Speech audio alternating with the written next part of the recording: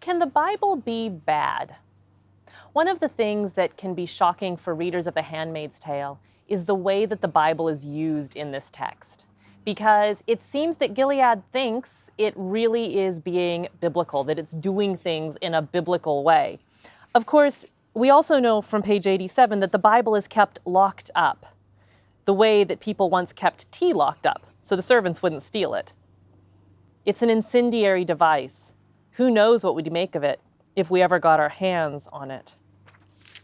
So there's a sense that the Bible maybe is dangerous in Gilead or could, threaten the society. And yet at the same time, they seem to be suggesting that their society is based on the Bible.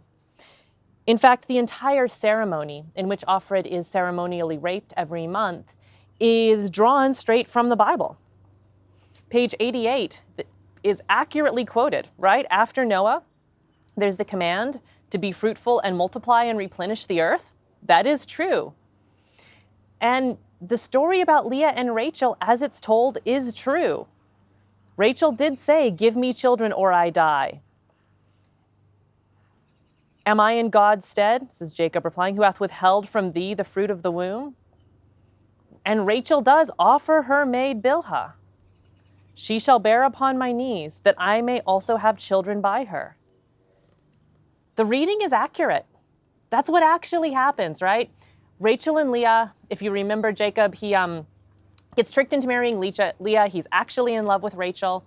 Leah's the one who has children. Rachel can't have children. Rachel gets really jealous of her sister and comes up with the plan that the way to solve this is to give her maid Bilhah. And that's what she does, and Bilhah gets pregnant. But then Leah sees this and starts to realize that this could be a problem, and so she offers her handmaid. And this is how you end up with Jacob's 12 sons. Eventually, Rachel herself does conceive. It's like a breeding competition between these two wives, and their handmaids become what one biblical scholar has referred to as womb slaves. It's not unbiblical what they're doing in Gilead. And in fact, one reading of the text would even suggest that God blesses the program. I mean, after all, Bilhah gets pregnant. There end up being 12 sons, and sons in particular are a marker of blessing, especially in the ancient world. So it's not like God says, "This is a bad idea, I'm not letting your handmaid get pregnant." He does the opposite. She gets pregnant with a son. Now, we might want to read that resistantly and say, well, no, maybe God sees the suffering of the handmaids and the fact that they are womb slaves and the fact that they have no say at all in what's happening. And he blesses them with a son because it's the only way to give them any value or power and security in the system they find themselves in. That's the way I read the text. But the problem is the situation that Gilead has created doesn't stop being biblical, right? Like even that resistant reading that says maybe God is blessing the handmaids despite the horrible circumstances doesn't erase the horrible circumstances.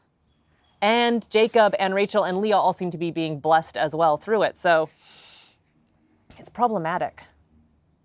So this is where our question today comes from. Can the Bible be bad? We see, of course, on the next page, the reading of the Beatitudes. And those of you who are familiar with the Beatitudes in Matthew and Luke will notice that they're not exactly right. Blessed be the poor in spirit, for theirs is the kingdom of heaven. That one's right. Blessed are the merciful. Blessed be the meek. Both of those have lost their promises. Blessed are the silent. That one's not in there. On the other hand, though, before we get too arrogant and high and mighty in looking at Gilead, it's amazing the things that a lot of people think are actually in the Bible that are not. Have you ever heard that God helps those who help themselves? Yeah, that's not in the Bible. That's Benjamin Franklin. Or God will never give you more than you can handle. Also not in the Bible. And yet something we hear all of the time when hard things strike us. So the practice of misquoting or amending or changing the biblical text is not something that we are immune to. In many ways, this question of how do we use the text is a question that has come up for a lot of people in a lot of countries and a lot of cultures. Chaim Potok's The Promise deals with exactly this question. How do we read the text when the text is problematic? Well, Gilead is reading a text that certainly can be problematic. And the problem is it's our text. It's the Bible. And they're reading it in problematic ways. Look at what happens on page 221.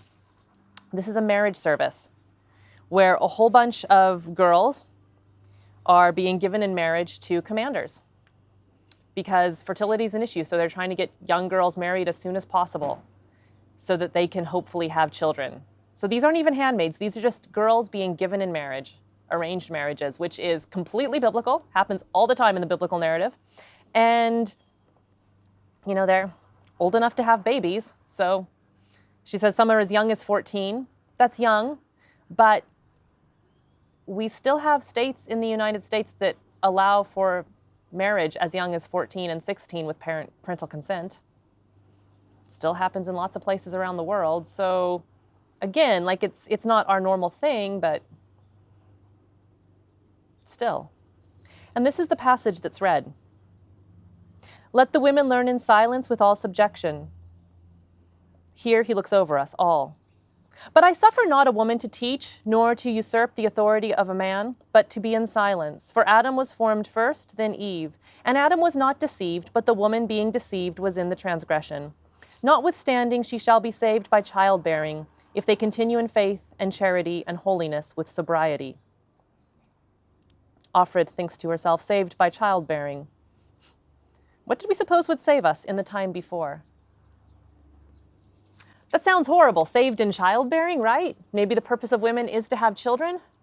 Except here's the thing, that's 1 Timothy 2, 9 through 15. Exactly quoted. We see a similar situation at the end when Deuteronomy 22, 23 through 29 are cited when a man is stoned for rape.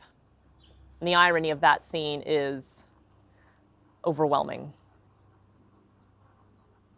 There's a lot of danger in how we read a sacred text because a sacred text has the power to institute all sorts of damaging and damning practices. Gilead does exactly what they understand the Bible to be saying. It's part of why it's so frightening. So as you read, consider this. Have you seen the Bible used in a way similar to The Handmaid's Tale? And how can you tell when the Bible is being read in a harmful or a dangerous way?